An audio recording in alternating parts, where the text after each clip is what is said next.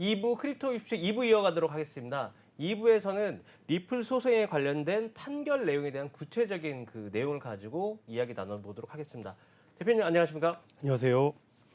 오늘도 디센트의 진현주 대표님 오셨는데, 자 대표님 뭐 일단 개인적인 질문부터 먼저 하겠습니다. 이번 소송 어떻게 예상을 했는데 뭐 이 결과에 어느 정도 부합되게 나왔습니까? 어느 정도 예상했습니다. 했다? 예상했습니다. 여기서 이렇게 하면 이건 되게 중요한 얘기인데 어느 정도 이런 결과가 나오실 걸 예상하셨습니까? 그쵸. 예전부터 어허. 이제 점점 예. 언론에서 나오는 것도 보고 그다음에 네. 다른 비슷한 LBC 토큰 관련된 사례도 있었고 네. 그다음에 어느 정도 법리적인 게 이미 나와 있었기 때문에 이거는 예전에 하위 판결 때부터 쭉 내려오던 전통적인 기준인 거고 네. 거기서 새로운 기술 그리고 새로운 종류의 자산에 대한 법의 적용이기 때문에 크게 다르지는 않을 거라고 생각을 했었습니다. 자 여기서 하위 판결이 어땠기 때문에 그런 해석을 유추하셨을까요? 이제 하위 판결의 예. 가장 중요한 점은 네네. 어떤 투자 계약 증권, 그러니까 증권에는 여러 가지 종류가 있는데 네. 새로운 종류의 이제 투자 계약을 통해서 내가 특정한 권리를 가지고 그 다음에 투자를 한 대상의 어떤 노력으로 내가 합리적인 이익을 기대를 하고 돈을 건네 주었다면은 그거는 투자 계약 증권이라고 볼 수 있다라는 것에 대한 기준을 명확히 세운 판결입니다. 어허. 이거 그러면 대표님 리플 좀 투자 좀 하셨습니까? 저는 실제로 이제 기존에도 예. 투자를 했었는데 아하, 예전에 한번 예. 투자를 많이 했다가 예, 이제 예. 한번 너무 위에 물려가지고 예. 이제 그 팔았다가 이번에 판결 나오고 나서 이제 투자를 했습니다. 아하, 약간 수익 구간에 네, 수익을 조금 봤습니다. 아무튼 잘 됐으면 좋겠습니다. 네. 자, 본격적으로 그 토론 이어가도록 하겠습니다. 이번에 그 판결 내용을 조금 더 구체적으로 좀 보도록 하겠습니다. 증권위원회 그 SEC의 내용과 리플의 그 내용이 좀 어떤 내용으로 좀 이렇게 양분화됐을까요? 네, 이제 SEC 같은 경우에는 예. 이번 그 리플랩스를 상대로 리플랩스와 리플랩스 창립자 그렇죠. 그리고 이제 CEO를 상대로 증권법 위반 혐의로 이제 소송을 제기를 했고 그렇죠. 이제 13일 날 이제 미국 뉴욕 남부지방법원에서 약식 판결을 내렸습니다. 여기에서는 리플랩스라는 회사가 가지고 있는 XRP라는 디지털 자산, 가상 자산 코인 XRP라는 코인을 판매하는 방식이 세 가지였다. 네. 근데 세 가지 모두 다 똑같이 일률적으로 판단을 할 것이 아니라 XRP 그 자체로는 증권은 아니지만 증권이나 투자 계약은 아니지만 어떠한 방식으로 판매를 하였는지에 따라서 네. 증권법 위반 소지가 있다라고 했고 간략하게 요약을 하자면 기관 판매 코인의 기관 판매는 VC들이나 기관 판매는 증권 판매라고 네. 보아서 증권법 위반을 인정을 했고 나머지 프로그램 판매라고 표현을 했는데 사실상 거래소를 통한 토큰 판매는 이제 증권법 위반이 아니다. 그리고 에어드랍이라든지 내부 리플랩스 직원들을 상대로 한 어떤 스톡옵션 형태의 보상 배포도 토큰 증권법 위반이 아니다라는 판결을 내렸습니다. 결국에는 기관 투자, 선 투자들 된 것만 증권법 위반이고, 그러니까 개인이나 에어드랍은 증권법 위반이 아니었기 때문에 정당하다라는 거지 않습니까? 맞습니다. 이게 이제 이런 판례들이 나올 수가 있는 게 아까 얘기하신 대로 이게 약식 그 판결 네. 판결이 아니고 좀 장기적으로 이렇게 좀 갔어도 동일한 게 나왔겠죠. 그럴 것 같습니다. 이제 네. 약식 판결이라고 하면은 네네. 뭐 이게 정식 재판보다 더 뭐 하위의 판결이라고 볼 수는 없고 네. 약식 판결이라고 하면은 사실관계에 대해서 다툼이 없을 때 서로 SEC나 리플랩스나 모두 기관 판매를 했다. 네. 그리고 거래소 판매도 했고 네. 직원에 대한 보상도 주었다. 이런 사실관계에 대해서는 다툼이 없고 오로지 그 사실관계 확정이 되었을 때 그러면 어떤 법을 적용을 받아야 되는지 법리적인 해석에서의 다툼이 있을 때 약식 판결을 하는 것이기 때문에 네. 이게 정식 재판으로 가거나 아니면 항소를 당사자 일방 항소를 하더라도 결론에 있어서 아주 뒤집히거나 그럴 건 예상하지 못하고 있습니다. 자, 그러면 굉장히 그 아까 말씀하신 대로 논리적으로는 되게 팽배했다고 저도 알고 있고, 아까 말씀드린 대로 그 기존 사실은 이렇게 딱 자기 스스로를 인정을 했으니까 약식 판매를 했으니까 자 그러면 리플이 주장했던 내용과 SEC가 좀 주장했던 내용을 조금 조목조목 한번 따져보는 게 어떨까 싶어서 좀 여쭤보겠습니다. 어떤 맞습니다. 상황으로 좀 되어 있을까요? 이제 조금 사실관계를 좀 설명드리면 네, 좀 네. 좋을 것 같은데 이제 XRP라는 코인과 리플랩스라는 회사는 전혀 별개의 것입니다. 우리는 모두 이제 리플이라고 이제 칭하지만 통칭으로 그쵸, 하고 있죠. 그렇죠. 근데 이제 XRP라는 토큰이 먼저 나왔습니다. 그렇죠. 2011년도에 브리토, 그다음에 맥케일럽, 그다음 슈왈츠라는 이 세 명의 사람이 개발자들이 XRP 분산 원장, 그러니까 블록체인 암호화 보안 원장을 개발을 했고 여기에 목표는 2009년에서의 그 비트코인을 좀 대체할 수 있는 조금 더 효율적인 블록체인 기술이라고 개발을 해서 이제 네. 비트코인 대체할 수 있는 토큰이다라고 했고 2022년에 이제 또 이제 세 명이서 리플랩스라는 회사를 설립을 했습니다. 그다음에 그러면 대표님 일단 네네. 12년에 그 개발자가 만든 10년 후에 이제 리플 회사를 만든 거지 않습니까? 1년 바로 1년 뒤에 1년 그쵸. 뒤에. 그러니까 같은 사람들이었나요? 중복되는 사람들이 있었지만 예. 아예 이들이 같다라고 볼 수는 없고 왜냐하면 예. 회사도 하나의 법인격이고 그렇죠. 이 개발자들은 또 개인이기 때문에 이 개발자들이 토큰을 먼저 만들었고 근데 기술이 너무 좋고 하다 보니까 반응도 좋다 보니까 이거를 좀 더 사업화를 하자라고 해서 리플랩스를 만든 것으로 그래서 이해하고 이제 보통 저희가 일반 유저들은 두 개를 구분하지 않고 아까 말씀드린 리플이라고 얘기하는 게 시간상으로도 거의 뭐 비슷한 한 1년 차이에 만들었던 상황이고 그러다 보니 이제 저희는 통칭해서 리플이라고 많이 부른다 이 말씀이시죠? 맞습니다. 네. 자, 계속 말씀해 주십시오. 그다음에 이제 리플의 이제 사명은 가치의 인터넷 그리고 국제 통화 이체 그리고 글로벌 결제 네트워크를 개발을 해서 국제 결제의 이제 현대화를 추진하고자 이제 리플랩스라는 회사를 만들었고요. 네. 첫 번째로는 리플랩스가 자회사를 만들어서 이제 서명 계약에 따라서 XRP 토큰을 기관 판매를 했습니다. 네. 여기에서 SEC는 조사한 결과 7억 달러가 넘는 금액을 판매했다고 이제 서로의 다툼이 없고요. 리플랩스도 인정을 네. 하는 바이고 두 번째로는 프로그램 방식으로 즉 거래 알고리즘, 디지털 자산 거래소에서 XRP를 리플랩스가 보유하고 있는 XRP를 판매했다. 여기에서도 마찬가지로 7억 달러 어치를 판매했다고 지금 나와 있고 세 번째로는 이제 서비스 결제 형태로 XRP를 배포했다. 즉 리플랩스의 직원들이나 파트너사들한테 에어드랍 형식으로 무상으로 지급했다. 여기에서도 마찬가지로 6억 달러 이상의 수익을 실현했다라고 SEC는 주장을 하고 있습니다. 그러니까 총 그 첫 번째 아까 말씀하신 대로 그 기관 투자자들한테 선판매를 했다. 그게 한 7억 달러가 넘게 된 거고 그다음에 프로그램 또는 개인 그 일반 투자자들이 한 이것도 한 7억 달러 이상을 판매를 했다고 지금 얘기를 했고 네, 자사 물량을 어. 판매한 거죠. 그다음에 또 아까 말씀드린 세 번째로 이제 에어드랍이나 이런 걸 세 가지에 대해서는 뭐 SEC나 리플 쪽에서도 굉장히 문제가 없다라고 해서 딱 정확하게 얘기했기 때문에 약식 판결이 진행됐다고까지 맞습니다. 정리된 사실관계 거죠. 네, 네. 이것이 사실관계고 서로의 다툼이 없습니다. 네, 그다음에 어떻게 되는 상황이죠? 그다음에 이제 리플랩스의 판매 이외에도 이제 랄슨이라는 과거 리플랩스의 CEO 그다음에 갤링하우스라는 사람도 본인이 가지고 있던 XRP 토큰을 네. 거래소를 통해서 매도를 진행한 것에 대해서도 SEC는 문제를 삼았습니다.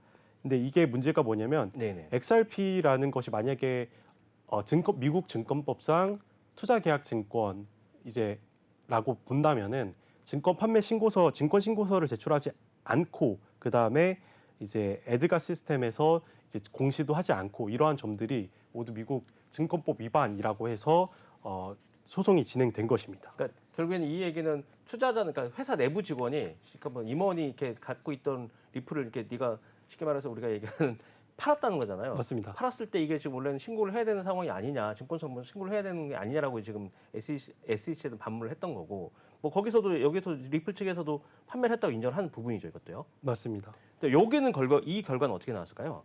여기서 좀 쟁점을 간단하게 말씀을 네네. 드리면은 리플랩스 같은 경우에는 이거는 디지털 자산이지 증권이 아니다. 그러니까 그래서 우리가 기관 판매를 한 거라든지 아니면은 프로그램 판매를 한 거라든지 직원들한테 XRP를 나눠준 거라든지 이거는 증권이 아니기 때문에 증권법 위반이 아니다. 전혀 문제가 없다. 문제가 없다라는 거고 네네. 반대로 SEC는 이거는 법리적으로 해석으로 봐도 하위 테스트에 네 가지 요건을 다 충족하기 때문에 모두 다 증권법 위반이다라고 주장을 한 상태고 법원의 판단 같은 경우에는 네네. 각각 여기서 이제 기관 판매는 네. 인용. 그러니까 왜 인용을 한가요? SEC 편을 들어준 거죠. 왜 인용을 했을까요? 여기서부터. 결국에는 하위 예, 예. 테스트입니다. 모든 게 하위 테스트.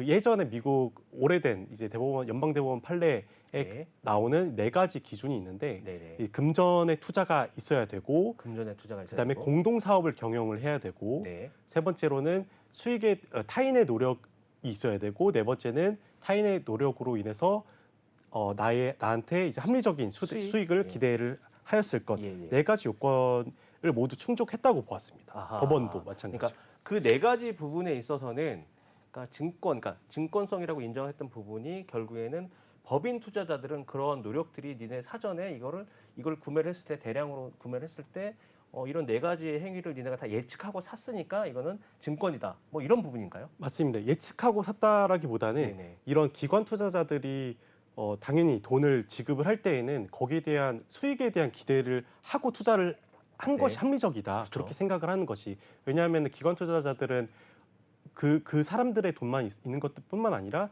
이 뒷단에서의 다른 그렇죠. 이제 LP들이나 네. 이제 다른 투자금을 모은 회사이기 그렇죠. 때문에 당연히 수익을 기대를 하고 XRP라는 토큰을 구매하지 않았겠느냐. 그리고 리플랩스라는 회사도 이런 기관 투자를 모집을 할 때 이런 피고들, 그 CEO들이나 과거 고위 임직원들의 어떤 발언 그리고 마케팅 팜플렛 내용, 허허. 그다음에 자료 등을 쭉 본 결과 리플랩스가 얘기한 거는 우리한테 XRP를 구매를 하면은 우리가 이거를 토대로 리플랩스를 키울 거고 리플랩스가 잘 되면은 당연히 XRP도 가격이 오를 거다라고 합리적으로 예상을 할 수 있었다. 그러니까 이건 첫 번째는 조금 그러니까 법인에 대해서는 왜 그런 내용이 있었냐?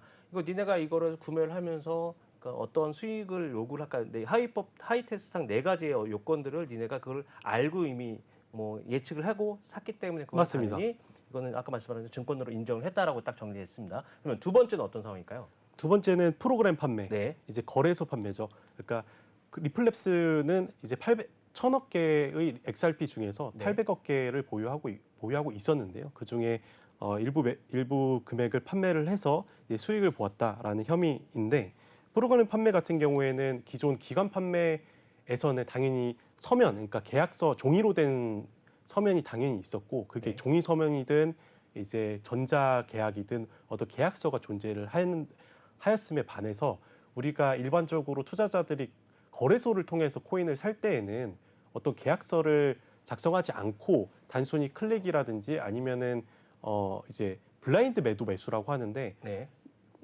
코인을 살 때 거래 상대방이 누군지 모른다. 그러니까 기관 투자자들은 기관 투자자가 있고 판매자가 명확하게 리플랩스라는 회사가 명확하게 자회사였긴 하지만 존재하는 데 반해서 일반 투자자들이 거래소를 통해서 XRP 코인을 사는데 구매자는 누군지는 알지만 판매하는 사람들은 누군지 모른다. 그러니까 구매자 입장에서 생각을 해보면은 내가 XRP를 산 게 과연 리플랩스한테 이제 직접 샀냐? 샀냐? 아니면 그냥 내가 다른 판매자 개인으로 사고 팔았냐? 그렇죠. 이런 건 알 수 없다는 그렇죠. 거죠. 이게 생각을 해보면은 우회적으로 간접적으로 리플랩스한테 당연히 가격 유지를 해주면은 리플랩스가 또 이제 거래소를 통해서 판매하면은 제가 일반 투자자가 거래소를 통해서 XRP를 산 게 리플랩스한테 도움이 되었겠죠. 근데 그게 명확하지 않다는 거죠. 그러니까 여기 저도 지금 계속 이게 헷갈렸던 게 법인과 개인 판매는 사실 개인도 이걸 사는 이유는 그러니까 기대 수익을 위해서 사는 거지 않습니까? 맞습니다. 근데 그 기대가 과연 리플랩스의 노력으로 인해서 내가 이거 공동 사업을 하고 나와 이 투자자와 이제 리플랩스가 공동 사업을 경영을 하는 거냐.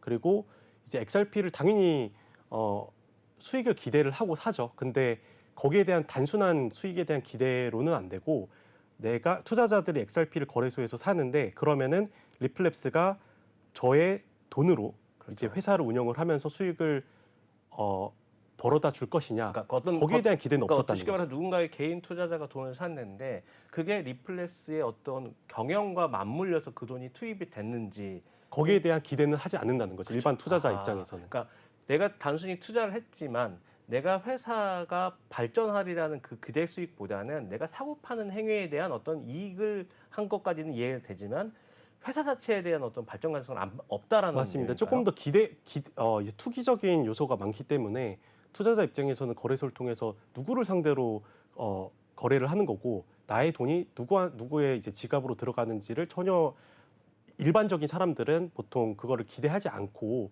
코인 구매를 한다. 그렇기 때문에 이거는 투자 계약이 없었다라고 보는 거죠. 아, 이게 조금 더 명확하게 이해가 됐습니다. 그러니까 결국엔 법인과 개인의 차이에 대한 어떤 행위를 그게 기대 수익이 있었냐 또는 사업을 영위를 했냐 아니냐 그 목적성까지 좀 봤던 것 같습니다. 맞습니다.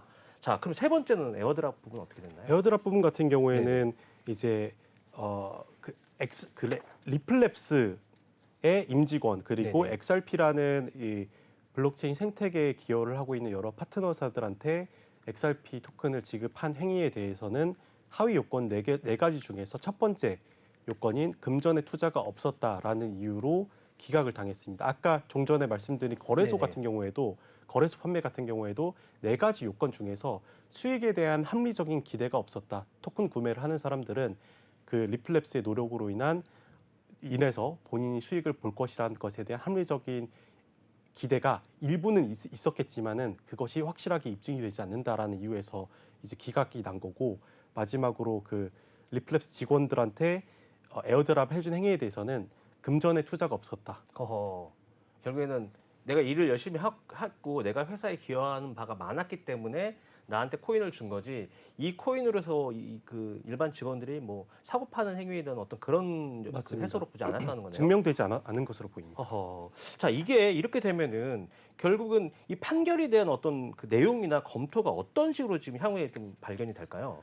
그러니까 이제 예, 예. 토큰 디지털 자산의 증권성 시비는 논쟁은 지금까지 블록체인 이제 시장에서 가장 중요한 핵심적인 논쟁이었고 그렇죠. 지금도 아직 끝나지 않은 상태라고 저는 네. 보고 있습니다. 다만 이번 특히 미국에서 게다가 어떤 SEC의 가이드라인, 행정기관의 가이드라인이 아니라 사법부의 판단이 있었다는 점이 저는 굉장히 중요한 네.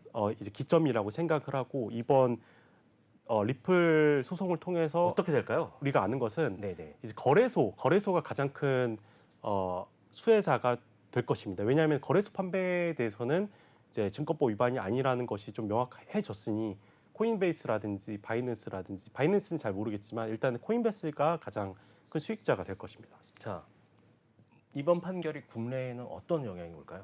우리나라 네. 같은 경우에도 마찬가지로 토큰 사업자가 가장자는 사업자가 그렇죠. 있고 그 다음에 거래소도 있지 않습니까? 거래소도 마찬가지로 국가기관에 조금 견제를 많이 받고 굉장히 규제가 좀 규제가 좀 심했습니다. 심했는데 규제가 조금 완화될 수 있는 계기가 될 수 있다고 저는 보고 있고요.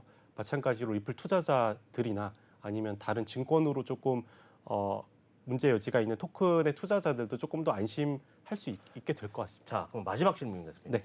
이게 만약 그러면 지금 결국에는 법인이 들어와야 이 가상자산 시장이 좀 커질 수밖에 없는 상황이지 않습니까? 맞습니다. 근데 이번 해석 때문에 법인 영업들이 국내도 똑같고 글로벌도 비슷할 것 같은데 법인 영업들이 들어오기 좀 어려울 것 같은데 이거 어떻게 생각하시나요? 맞습니다. 기존 코인 재단, 그러니까 디스토큰 재단에서 투자금을 모을 때 프라이빗 세일을 하고 또는 ICO를 하고 여러 가지 행위를 하는데 이제는 그 형태가 좀 바뀌고 그 플랜을 좀 계획을 다시 짤 필요가 있습니다. 어허, 자, 오늘 그 리플에 관련돼서 저는 이렇게 명확하게 왜 이렇게 됐는지 좀 이해가 안 되는데 또 우리 대표님 또 말씀하시니까 또 명확하게 이해가 됐습니다. 오늘 말씀 감사합니다, 대표님. 감사합니다.